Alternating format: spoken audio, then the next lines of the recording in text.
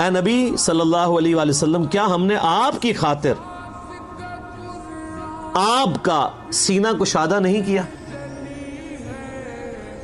ایک تو ویسے ظاہری معنی بھی درست ہے کہ آپ علیہ السلام کا شق و صدر والا واقعہ بھی 2 دفعہ ہوا ہے، ایک دفعہ بچپن میں اور ایک دفعہ معراج کے موقع پر۔ صحیح بخاری اور مسلم میں آتا ہے آپ علیہ السلام کا سینہ چاک کیا گیا، دل نکالا گیا اور دل میں سے خون کا ایک لوتھڑا حضرت جبرائیل نے ریموو کیا۔ ایک سونے کا تشت جنت سے لے کے آئے تھے جس میں زمزم تھا۔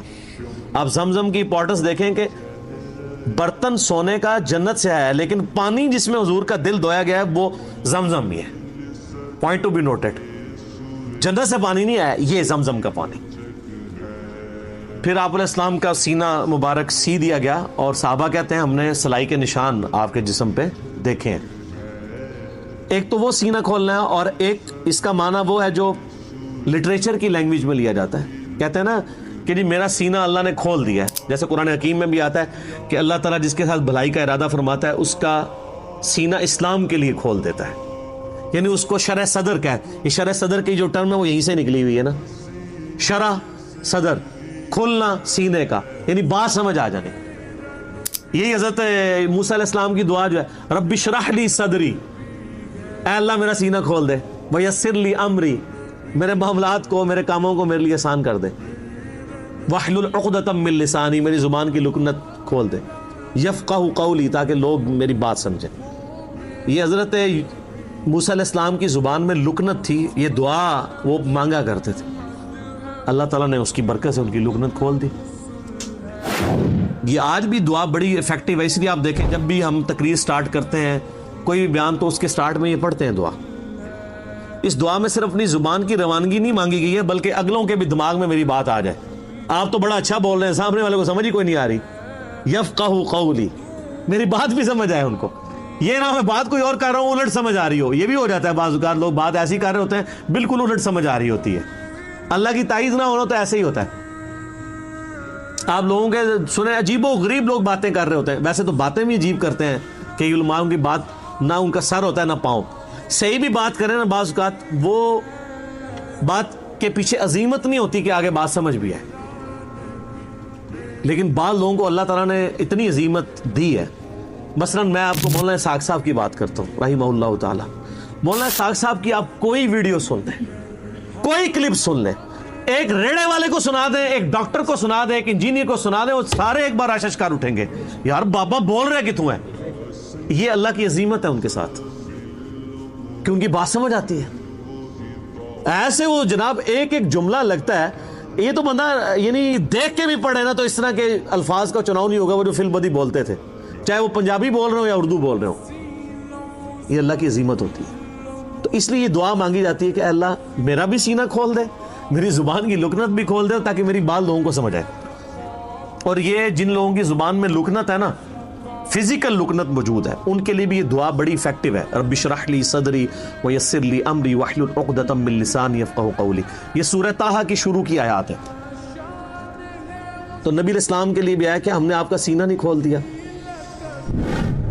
وَوَضَعْنَا عَنْكَ وِزْرَكَ، اور ہم نے آپ سے بھاری بوجھ اتار دیا، الذی انقض ظہرک، وہ بوجھ جس نے آپ کی پیٹھ کو بوجھل کر رکھا تھا۔ وہ بوجھ کون سا ہے؟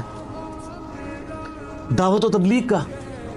بڑی ٹینشن آپ نے لی کہ ظاہر ہے کہ میرے ذمے پہ بڑی ذمہ داری ہے میرے کندھوں پر، جو بخاری مسلم میں حدیث ہے آپ علیہ السلام پہ پہلی وہی نازل ہوئی، سیدہ خدیجہ سلام اللہ علیہا کے پاس آئے اور کہا مجھے جو ہے وہ کمبل اڑا دو، اور کب کبھی طاری ہوگی کہ اتنی بڑی ذمہ داری ہے میرے اوپر۔ تو حضرت خدیجہ نے کیا کہا کہ اللہ تعالیٰ کبھی آپ کو بے یار و مددگار نہیں چھوڑے گا، آپ مہمان نوازی کرتے ہیں، غریبوں کے کام آتے ہیں، حاجت مندوں کی حاجت پوری کرتے ہیں، تو اللہ بھی آپ کی حاجت پوری کرے گا۔ اور وہ سارا کچھ آ گیا، دیکھ لیں اللہ نے فرمایا الم یجدک یتیما فآوی ووجدک ضالا فہدی ووجدک عائلا فاغنی، یہ سب کچھ اللہ نے پھر کیا نا۔ تو پھر اللہ تعالیٰ نے آپ کو مخلص ساتھی دیے جنہوں نے آپ کے ساتھ ہر مشکل وقت میں کھڑے ہوئے۔ سارا بوجھ اسی وقت ہلکا ہوتا ہے نا جب آپ کے ہاتھ بٹانے والے لوگ ہو جائیں۔ سب سے پہلے آپ کو گھر سے سپورٹ مل گئی جناب ابی طالب کی، اور آپ کے دوسرے جو چچا تھے حمزہ ابن عبد المطلب کی، چچا عباس کی، اگرچہ یہ لوگ اس وقت مسلمان نہیں تھے، بعد میں مسلمان ہوئے، لیکن سپورٹ تھی.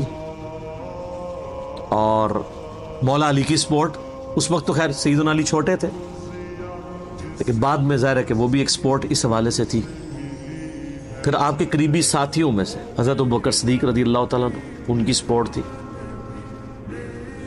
عبد الرحمن بن عوف، سعد بن ابی وقاص، یہ سب وہ لوگ تھے جو چھوٹی عمر میں نبی الاسلام کے ساتھ اٹیچ ہو گئے. بڑی عمر کے تو کم لوگ ہی تھے، چھوٹی عمر سے بعد میں کہہ رہا ہوں 20 سے 30 سال کے درمیان، بڑی عمر کے لوگ تو تھوڑے تھے. لیکن ظاہر ہے کہ اب اوائل اسلام میں نبی الاسلام کا ساتھ انہوں نے دیا ہے. عبد الرحمن بن عوف، سعد بن ابی وقاص، عبداللہ بن مسعود، عمار بن یاسر، یہ لوگ ایک میچور ایج کے لوگ تھے. سیدنا علی تو بعد میں میدان عمل میں آیا نا، اس حوالے سے کہ حضرت علی کی عمر تو 8 سال تھی اس وقت جب آپ علیہ السلام نے اعلان نبوت کیا. تو 8 سال کا بچہ کتنا ہوتا ہے؟ ہاں تا وقت کہ 14-15 سال، عرب میں 14-15 سال میں ایک جوان مرد بن جاتا تھا. لیکن وہ شروع کے 5-6 سال آپ کے پیچھے پشت پناہ کون لوگ تھے؟ آپ کے چچا تھے، آپ کے قریبی رشتہ دار تھے، بنو ہاشم تھے، اور یہ وہ لوگ تھے جو نبی علیہ السلام کا ساتھ دیتے تھے. تو آہستہ آہستہ اللہ تعالیٰ نے پھر بوجھ ہلکا کیا، حتیٰ کہ آپ دیکھ لیں حجۃ الوداع کے موقع پر آپ علیہ السلام کے سامنے ہزاروں لوگ موجود تھے، اور آپ نے ان کو پھر گواہ کیا کہ میں نے اللہ کا پیغام تم تک پہنچا دیا ہے، اب یہ تمہاری ذمہ داری ہے. بخاری مسلم میں آتا ہے جو یوم النحر کا خطبہ ہے اور یوم عرفہ کا خطبہ، کہ تم اس پیغام کو دوسروں تک پہنچانا. سب نے تصدیق کی کہ آپ نے پیغام پہنچایا. تو پھر نبی علیہ السلام نے 3 دفعہ یوں آسمان کی طرف انگلی اٹھا کے کہا اللہم اشہد اللہم اشہد اللہم اشہد، اے اللہ گواہ رہنا گواہ رہنا گواہ رہنا کہ میں نے اپنے کندھوں پہ جو بوجھ تھا وہ اپنی امت کو ٹرانسفر کر دیا. سر پھر امت نے بھی تو حق ادا کیا ہے نا. اسلام تو عرب کی سرزمین تک تھا، لیکن آپ علیہ السلام کی وفات کے بعد پھر جس پیشن کے ساتھ صحابہ کرام نے اس دین کو پوری دنیا تک پہنچایا ہے، ود ان فیو ایئرس کتنی بڑی چینج آئی ہے. پورے یعنی پیشن کے ساتھ، حالات و واقعات فیوریبل بھی نہیں تھے، عرب کے قبائل بھی مرتد ہو گئے تھے، پھر بھی اس دعوت کو لے کے اٹھے ہیں. اور کس طریقے سے رومن اور پرشین امپائر جو ہے وہ روندی گئی ہیں بڑے لمیٹڈ ریسورسز کے ساتھ، اتنی بڑی بڑی سپر پاورز.